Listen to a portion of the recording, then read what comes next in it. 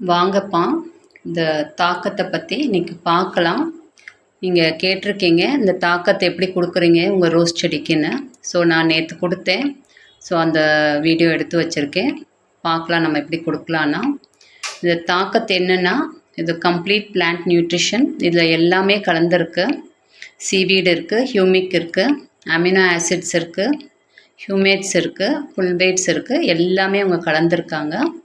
நான் balanced fertiliser 20-20-20யோட NPK இதை cocopeat மீடியாவுக்கு கொடுக்க போகிறேன். ஸோ இன்றைக்கி எப்படி இதை மெஷர் பண்ணுறேன், எப்படி கொடுக்குறேங்கிறத நம்ம பார்க்கலாம். பாருங்கள், இந்த செடிகளுக்கெல்லாம் நான் தாக்கத்து கொடுத்துருக்கேன். இதோட கலர் பாருங்கள் எப்படி இருக்குன்னு, ஷைன் பாருங்கள். நீங்கள் நிறைய பேர் கேட்குறீங்க, செடி எப்படி உங்களுக்கு இவ்வளோ ஷைனாக இருக்குது அப்படின்னு. இது மெயினாக இந்த தாக்கத்து தான். அது எப்போ தாக்கத்து யூஸ் பண்ண ஆரம்பித்தேனோ அப்போத்துலேருந்து எனக்கு நல்ல எஃபெக்ட் கிடைக்குது. பாருங்கள், இது எப்படி மெஷர் பண்ணணுன்னா, ஸ்டார்டிங்கில் வந்து ரொம்ப லிக்விட் ஃபார்மில் இருக்கும், போக போக ரொம்ப திக்காகிடுது. ஸோ எப்பயுமே 1 ml 1 லிட்டர் வாட்டரில் நம்ம கலந்து கொடுப்போம். சில பேர் 2 ml கூட கொடுக்குறாங்க. நான் எப்பயுமே சேஃப் சைடு வந்து 1 ml தான் கொடுக்குறேன். இது ஃபுல்லி ஆர்கானிக் தான். இப்போ திக்கானனால இது வெறும் 10 ml தான் கொடுக்குறேன். நம்ம மெஷர் பண்ண முடியல. ஸோ நான் வந்து 10 ml ஆரம்பத்துலலாம் உங்களுக்கு அப்படி 1 ml தான் கொடுத்துட்டு இருந்தேன். இப்போ ரொம்ப கட்டியாயிடுச்சு.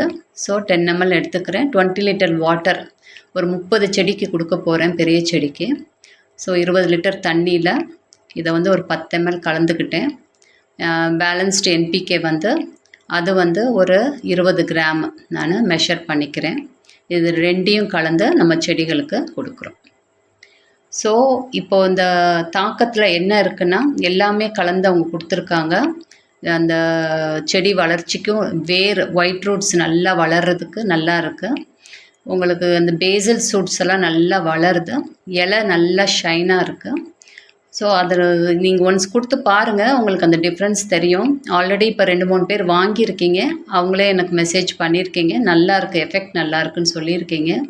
ஸோ வந்து கொடுத்து பாருங்கள், உங்கள் செடிக்கு உங்களுக்கு அந்த டிஃப்ரென்ஸ் தெரியும். நான் எப்பயுமே தாக்கத்தோட இந்த என்பிகே கலந்து ஒன்ஸ் கொடுப்பேன், வீக்லி ஒன்ஸு. உங்களுக்கு ஹியூமிக்கோட கலந்து 1261 அந்த என்பிகே கலந்து வீக்லி ஒன்ஸ் கொடுப்பேன். இப்படி மாற்றி மாற்றி தான் நான் கொடுப்பேன். கோகோபிட் மீடியாவுக்கு வீக்லி ஒன்ஸ் கொடுத்தா போதும். சிண்டருக்கு தான் வந்து 3 டேஸ்க்கு ஒன்ஸு கொடுக்குற மாதிரி இருக்கும்.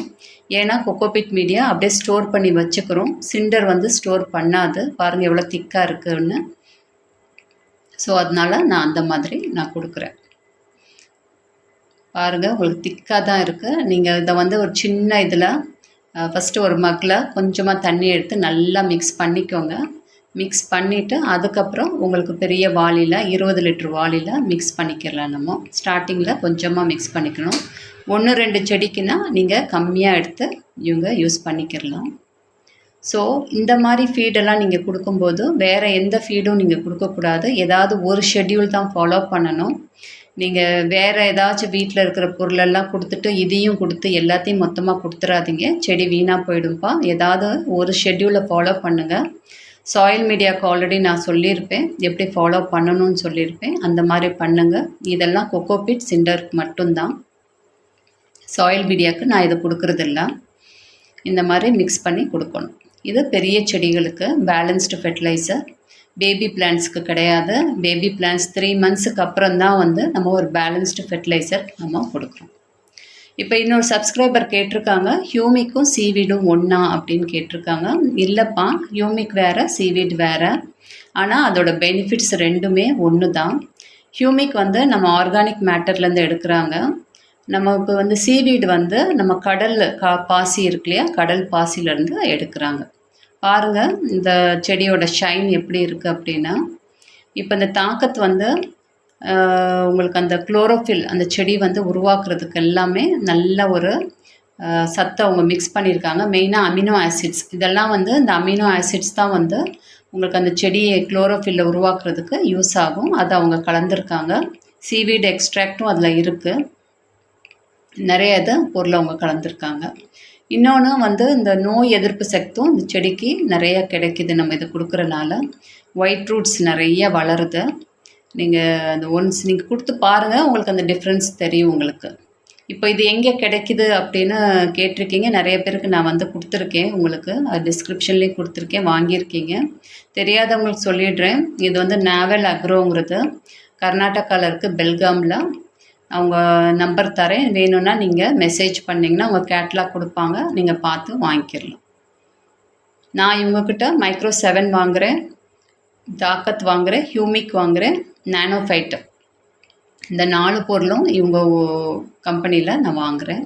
4மே நல்லா தான் இருக்குது, எனக்கு நல்ல எஃபெக்ட் இருக்குது. நீங்கள் சின்னது வாங்கினீங்கன்னா கூட 1 வருஷத்துக்கு வரைக்கும் வரும் உங்களுக்கு தாராளமாக. உங்கள் செடிக்கு கொஞ்சமாக கொடுத்தாலே நீங்கள் போதும். பாருங்கள் எப்படி நம்ம கொடுக்கணுன்னா, எப்படி காலையில் வந்ததுமே நம்ம ஸ்ப்ரே பண்ணுறது ரொம்ப முக்கியம் செடிகளுக்கு. காலையிலையும் சாயங்காலமும் நம்ம மஸ்ட், அது எப்பயுமே நம்ம மறக்கக்கூடாது. செடிக்கு வந்து நல்லா ஒரு ஷவரிங் கொடுக்கணும். ஏன்னா ரோஸ் செடிக்கு ஷவரிங் ரொம்ப பிடிக்கும். கூலிங்காக வச்சுக்கிறணும். ஏன்னா நம்ம இருக்கிறது ரொம்ப ஹாட்டான சிட்டியில் இருக்கிறோம். இந்த ரோஸ் எல்லாம் வந்து நல்லா கூலிங்கான இடத்துலேருந்து வளருது. உங்களுக்கு நாட்டு ரோஸ், பன்னீர் ரோஸ் எல்லாமே நம்ம மண்ணுக்கு ஈஸியாக வளர்ந்துடும். பட் இதெல்லாமே ஹைப்ரிட் ரோஸ். ஸோ செடியை கொஞ்சம் நல்லா கூலிங்காக நம்ம வச்சுக்கிறணும். பாருங்கள், நாங்கள் வந்து நல்லா அந்த செடியை ஷவர் பண்ணிடுறோம். அதுக்கப்புறம் ஃபீடு கொடுக்கணும். ஃபீடு எப்போ கொடுக்கலாம் அப்படின்னா, மெயினாக மார்னிங் கொடுக்குறது நல்லது. மார்னிங் நீங்கள் செடி கொடுத்தீங்கன்னா அந்த சன்லைட் வரும்போது அது அதோட வேலையை ஆரம்பிக்கும், சமைக்கும், செடி வந்து எல்லாம் ஒர்க் பண்ணும். சப்போஸ் இப்போ வந்து டெம்பரேச்சர் ஹையாக இருக்குது சம்மர் டைமில், அப்படி நமக்கு காலையிலே நம்ம முடியலன்னா ஈவினிங் நீங்கள் கொடுக்கலாம். பாருங்கள், இந்த இடத்துல நான் ஒரு கட் பண்ணியிருக்கேன், பூவை கட் பண்ணியிருக்கேன். உள்ளேருந்து ஒரு நோடு ஆக்டிவேட் ஆகுது. ஸோ எங்கெல்லாம் நான் கட் கொடுக்குறேனோ அங்கேருந்தெல்லாம் நோடு ஆக்டிவேட் ஆகுது. ஸோ இது வந்து செடி ஆரோக்கியமாக இருக்குதுன்னு அர்த்தம். நம்ம செடி ஆரோக்கியமாக இருக்கணும்னா செடிக்கு ஆரோக்கியமான ஃபீடு கொடுக்கணும். நல்லா ஹெல்த்தியாக கொடுத்திங்கன்னா, ஏன்னா ரோஸ் வந்து ஒரு ஹெவி ஃபீடர், நல்லா சாப்பிடும்.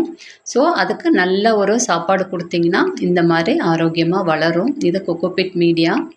இப்போது ரீசெண்டாக ரீபாட் பண்ணது, இது 2 months இருக்கும். இது 8 inch to 10 inch ரீபாட் பண்ணது. இது பாருங்கள், குச்சி மாதிரி இருந்த செடி தான் இந்த மாதிரி ஒரு க்ரோத் இருக்குது. இதை வந்து உங்களுக்கு காட்டணுங்கிறதுக்காக மேலே ஒரு கவர் பண்ணி வச்சுருந்தேன், நெட்டு கவர் பண்ணி வச்சுருந்தேன்.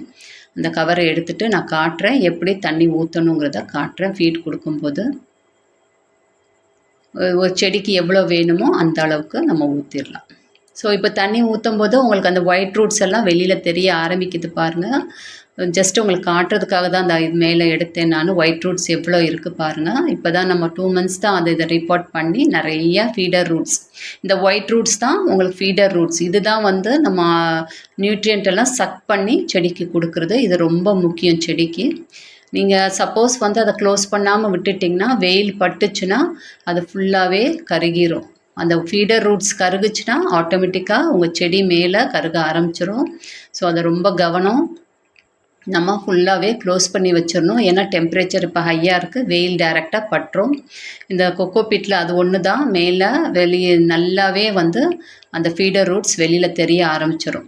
க்ரோத் அந்த அளவுக்கு இருக்கும். எவ்வளோக்கு எவ்வளோ உங்களுக்கு ஃபீடர் ரூட்ஸ் இருக்கோ அவ்வளோக்கு அவ்வளோ செடி மேலே ஆரோக்கியமாக இருக்கும். நம்ம ரூட்ஸ் தான் செடிக்கு ரொம்ப முக்கியம். ஸோ நம்ம இந்த மாதிரியெல்லாம் ஃபீட் கொடுக்கணும்ப்பா. இந்த மாதிரி கொடுத்திங்கன்னா இந்த மாதிரி செடி ஆரோக்கியமாக உங்களுக்கு வளரும். ஆர்கானிக் ஃபீடெல்லாம் நான் ஆல்ரெடி நீங்கள் சாயில் மீடியாவுக்கு எப்படி கொடுக்கணுங்கிறத சொல்லியிருப்பேன். நீங்கள் அதே மாதிரி அந்த ஷெட்யூலெல்லாம் ஃபாலோ பண்ணுங்கள். ஏதாச்சும் ஒரு ஷெட்யூல் ஃபாலோ பண்ணுங்கள், நிறையத்தையும் போட்டு குழப்பிக்காதீங்க. ஆல்ரெடி நீங்கள் வீட்டில் வேறு பொருளெல்லாம் நீங்கள் கொடுத்துருப்பீங்க, அதெல்லாம் நீங்கள் ஸ்டாப் பண்ணிவிடுங்க. ஸ்டாப் பண்ணிவிட்டு ரெகுலராக ஒரே ஃபீடாக கொண்டு போங்க. ஒன்று போல் கொண்டு போனீங்கன்னா செடியும் ஒன்று போல் வளரும். அந்த இடத்துல கட் கொடுத்துருக்கேன், அந்த தளிர் பாருங்கள் எவ்வளோ பெருசாக வளர்ந்துருக்கு அப்படின்னு. இதுவும் 8 inchல தான் இருக்குது. இது 10 inchக்கு மாற்ற வேண்டிய நேரம் வந்துருச்சு. ஆனால் மாற்றணும் இந்த செடியும். இப்படி தான்ப்பா நான் செடியெல்லாம் வளர்க்குறேன். பாருங்கள், இதெல்லாம் நான் க்ளோஸ் பண்ணி வச்சுருக்கேன். காரணம் வந்து உங்களுக்கு ஒயிட் ரூட்ஸ் வெளியில் தெரியும். வெளியில் தெரிஞ்சிச்சுன்னா ஃபுல்லாகவே அந்த ஒயிட் ரூட்ஸ் வந்து வெயிலுக்கு கருகிடும். ஸோ இந்த மாதிரி நம்ம வந்து க்ளோஸ் பண்ணி வச்சிடணும். செடி பாருங்கள் எப்படி இருக்குன்னு. எல்லாமே ஜஸ்ட் ஒரு தாங்கத் மட்டும் கொடுத்தா கூட போதும் உங்களுக்கு. வீக்லி ஒன்ஸ் கொடுத்து பாருங்கள். நார்மல் செடிக்கே நீங்கள் கொடுத்து பாருங்கள். நீங்களே அந்த டிஃப்ரென்ஸை பார்ப்பீங்க, அதோட க்ரோத்தை நீங்கள் பார்ப்பீங்க. ஸோ பாருங்கள், இப்போ நான் தண்ணி ஊற்றிருக்கேன். வெளியிலெல்லாம் அந்த வேர் தெரிய ஆரம்பிச்சிருச்சு. ஸோ நம்ம உடனே க்ளோஸ் பண்ணிடணும். மறந்து கூட ஓப்பன் பண்ணி வச்சுட்டு போயிடக்கூடாது. வெயிலில் பட்டுச்சுன்னா செடிக்கு வந்து ஃபால்ட் ஆகிடும் செடி. ஜஸ்ட் காமிச்சிட்டேன்ப்பா. இன்றைக்கி தாக்கத்தை நம்ம எப்படி கொடுக்கணும், எப்படி என்பிகேயோட மிக்ஸ் பண்ணி கொடுக்கணும் எல்லாமே டீட்டெயில்டாக காமிச்சிட்டேன். நம்ம பேபி பிளான்ஸ் ஒன்று 4 செடி வாங்கினோம் மார்ச் மாதம் உங்கள்கிட்ட காட்டுறதுக்காக. 2 வந்து பாருங்கள் வெளியில் நிறைய தெரியுது. அந்த ஒயிட் ரூட்ஸ் எந்த அளவுக்கு இருக்குது அப்படின்னு எல்லாத்தையும் நம்ம க்ளோஸ் பண்ணி வச்சிடணும். அந்த பேபி பிளான்ஸை நான் இப்போ ஜஸ்ட்டு காட்டிடுறேன். அதோட அப்டேட் காட்டி ரொம்ப நாள் ஆச்சு உங்களுக்கு. அது எப்படி இருக்குன்னு பார்க்கலாம். பூ பூத்துருக்கு பாருங்கள். இது ப்ளூ மூனுங்கிற பேபி பிளான்ட்டு. இது வந்து 2 சிண்டர்லேயும் 2 கொக்கோபிட் மீடியாலையும் உங்கள்கிட்ட எப்படி வந்து பாட் பண்ணணுங்கிறதுக்காக வாங்கினேன். நான் 4 வாங்கி உங்கள்கிட்ட காமிச்சேன். அதோட க்ரோத் எப்படி இருக்குன்னு நம்ம பார்க்கலாம். ஏற்கனவே 7th டே வந்து ஒரு அப்டேட் கொடுத்துருப்பேன். அப்புறம் 3 வீக்ஸ் கழிச்சு 17th டே ஒன்று கொடுத்துருப்பேன். அடுத்து இன்றைக்கி தான் நான் கொடுக்குறேன். இந்த ஷூட் வந்து நான் ஏப்ரல் 4ஆம் தேதி எடுத்தது. நான் அன்றைக்கே போடலான்னு நினச்சேன், முடியலை. உங்களுக்கு அடுத்தடுத்து வேறு வீடியோஸ் போட்டுட்டேன். ஸோ ஜஸ்ட்டு நம்ம இன்றைக்கி பார்த்துடலாம் அது எப்படி இருக்குது அப்படின்னு. இதெல்லாம் இப்போக்குள்ளே நான் ரீபாட் பண்ண மாட்டேன். இதெல்லாம் இன்னும் 2 months ஆகும். ரூட்டெல்லாம் இன்னும் பாண்ட் ஆகலை. ஸோ இன்னொரு 2 monthsக்கு அப்புறம் தான் இதெல்லாம் ரீபாட் பண்ண முடியும். இப்போ தான் அதோட க்ரோத்து ஸ்டார்ட் ஆகிருக்கு. இப்போது இதோட ஃபீடு வந்து ஹியூமிக்கும் 1261 கொடுத்துக்கிட்டு இருக்கேன். இதுக்கு தாக்கத்தும் கொடுக்குறேன் நான். ஜஸ்ட்டு மைக்ரோ 7 ஸ்ப்ரே பண்ணுறேன். பேலன்ஸ்டு ஃபெர்டிலைசர்ஸ் எல்லாம் இப்போ போகலை. இது வந்து ரீபாட்டுக்கு அப்புறம் தான் நம்ம பேலன்ஸ் ஃபெர்டிலைசர் நம்ம போகணும். ரீபாட் பண்ணும்போதும் மைக்ரோரைஸாவும் ட்ரைகோடர்மா விரிடி கொடுத்துட்டு அந்த 10 daysக்கு அப்புறம் தான் நம்ம அடுத்தடுத்த ஃபீடுக்கு போகணும். அது என்னங்கிறத அடுத்து சொல்கிறேன். இந்த பிளான்ட்டும் ஒரு கொக்கோபீட்டில் வளர்கிற பிளான்ட்டு. இதோட க்ரோத் எல்லாம் பாருங்கள். இந்த ஆன்லைன் ரோசஸ் எல்லாம் நான் வந்து எவ்வளோ சின்ன தொட்டியில், இது 4 inch தொட்டியில் வச்சுருக்கேன். இங்கே ஒரு கட் கொடுத்துருக்கேன், அங்கே ஒன்று வளர்ந்துருக்கு.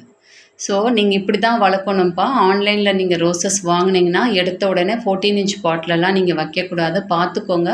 ஒரு வீடியோவை பார்த்தீங்கன்னா கம்ப்ளீட்டாக பாருங்கள். அப்போ தான் உங்களுக்கு அந்த புரிதல் வரும். செடியை வாங்கிட்டு வந்து பெரிய தொட்டியில் வைக்காதீங்க. எவ்வளோ சின்ன தொட்டியில் நான் வச்சுருக்கேன். ஏன்னா இதில் வேர் இல்லை. நம்ம வேரை கழுவி வைக்கிறோம்.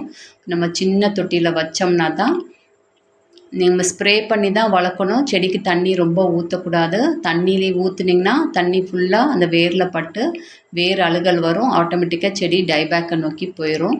ஸோ 4 inchலேருந்து தான் ஸ்டார்ட் பண்ணணும். செடிக்கு தக்கன தான் நம்ம தொட்டி வைக்கணும். இது கொக்கோபீட் மீடியா. இன்னொரு செடி வந்து மோகனாங்கிற பிளான்ட்டு. ஆல்ரெடி அது டைபேக்கில் தான் இருக்குது. ஆனாலும் மெதுவாக வந்துக்கிட்டு இருக்கு. அதுக்கும் பாருங்கள் தண்ணியெல்லாம் ரொம்ப கொடுக்குறதில்ல. ரொம்ப சின்ன தொட்டி தான். மெதுவாக வளர்ந்துக்கிட்டு இருக்கு. பார்க்கலாம் அது எப்படி வளருதுன்னு. அந்த நோட்ஸ் அங்கங்கே லைட்டாக ஆக்டிவேட் ஆகுது. இப்போது நான் மெதுவாக கொண்டு வரேன். சம்டைம்ஸ் இந்த மாதிரி ஆகிடும். சில செடியெல்லாம் அவங்க கொடுக்கும்போது டைபேக்கோட கூட வந்துடும். அதெல்லாம் ரொம்ப கேர்ஃபுல்லாக வளர்க்கணும். சம்டைம்ஸ் செடி போயிடும்.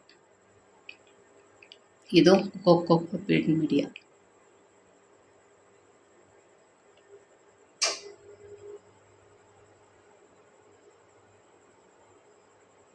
பாருங்கள் அந்த நோடு ஆக்டிவேட் ஆகிட்டுருக்கு.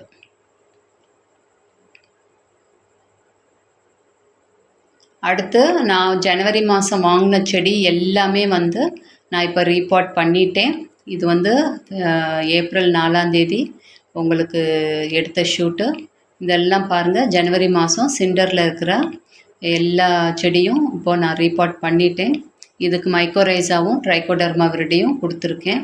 10 days ஆகிடுச்சு. இன்னும் அடுத்து அதுக்கு ஃபீடு கொடுக்கணும். அதோட வீடியோ நாளைக்கு நான் அப்லோட் பண்ணுறேன்ப்பா. பாருங்கள் இதெல்லாம் சிண்டர் மீடியா. ஃபுல்லாக ரூட்டெல்லாம் பாண்ட் ஆகிடுச்சு. இப்போது எல்லாமே நம்ம 8 inch பாட்டுக்கு ரீபாட் பண்ணிட்டோம். எப்படி அதோட க்ரோத் இருக்குது பாருங்கள் சிண்டர் மீடியாவில். இது எல்லாமே வந்து சிண்டர் மீடியா. கொக்கோபீட் மீடியாவும் எல்லாமே நம்ம ரீபாட் பண்ணிட்டோம். இது வந்து உங்களுக்கு சாயில் மீடியா உங்களுக்கு உமியில் வச்சு காமிச்சேன். அதுவும் க்ரோத்து வந்துக்கிட்டு இருக்கு.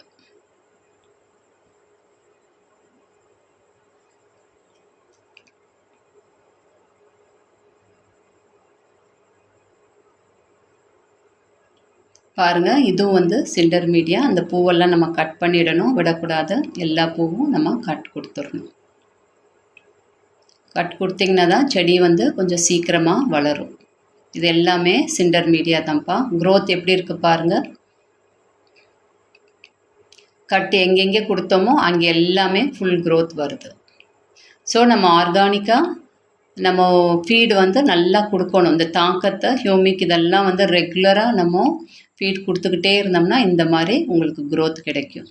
அதெல்லாம் கொக்கோபிட் மீடியா எல்லாம் உங்கள்கிட்ட காமிச்சிட்டேன். நான் ரிப்போர்ட் பண்ணுறது எப்படின்னு காமிச்சேன், மைக்ரோரைஸாக கொடுக்குறத காமிச்சேன். 5 days கழிச்சு ட்ரைகோடர்மா விரிடி நம்ம கொடுத்துட்டோம். அடுத்து இதுக்கு ஃபீடு கொடுக்க போகிறோம். நாளைக்கு அதோட வீடியோ நான் அப்லோட் பண்ணுறேன். அதுக்கு என்ன ஃபீடு, ஃபஸ்ட்டு ஃபீடு 10 daysக்கு மைக்ரோரைஸா ட்ரைகோடர்மாக்கு அப்புறம் என்ன ஃபீடு கொடுத்தோங்கிறத நான் நாளைக்கு இல்லை நாளை மறுநாள் உங்களுக்கு காட்டுறேன். பாருங்கள், ஸ்டெப் பை ஸ்டெப்பாக இப்படி தான் நம்ம செடியெல்லாம் வளர்த்து கொண்டு போகணும். இப்படியெல்லாம் நீங்கள் கொண்டு போனீங்கன்னா தான் இந்த அளவுக்கு வளர்ச்சி வரும். இங்கே ஒரு செடி இருக்குது பாருங்கள். இது நான் ஜனவரியில் வாங்கினது தான். ஆனால் அது க்ரோத் ரொம்ப ஸ்லோ, மெதுவாக தான் வளருது. ஸோ சம்டைம்ஸ் இப்படியும் நமக்கு நடக்கும். அவ்வளோ ஸ்பீடாக வளராது. நமக்கு ரோஸ் வளர்க்கணுன்னா ரொம்ப பொறுமை முக்கியம்ப்பா. தேங்க்யூ.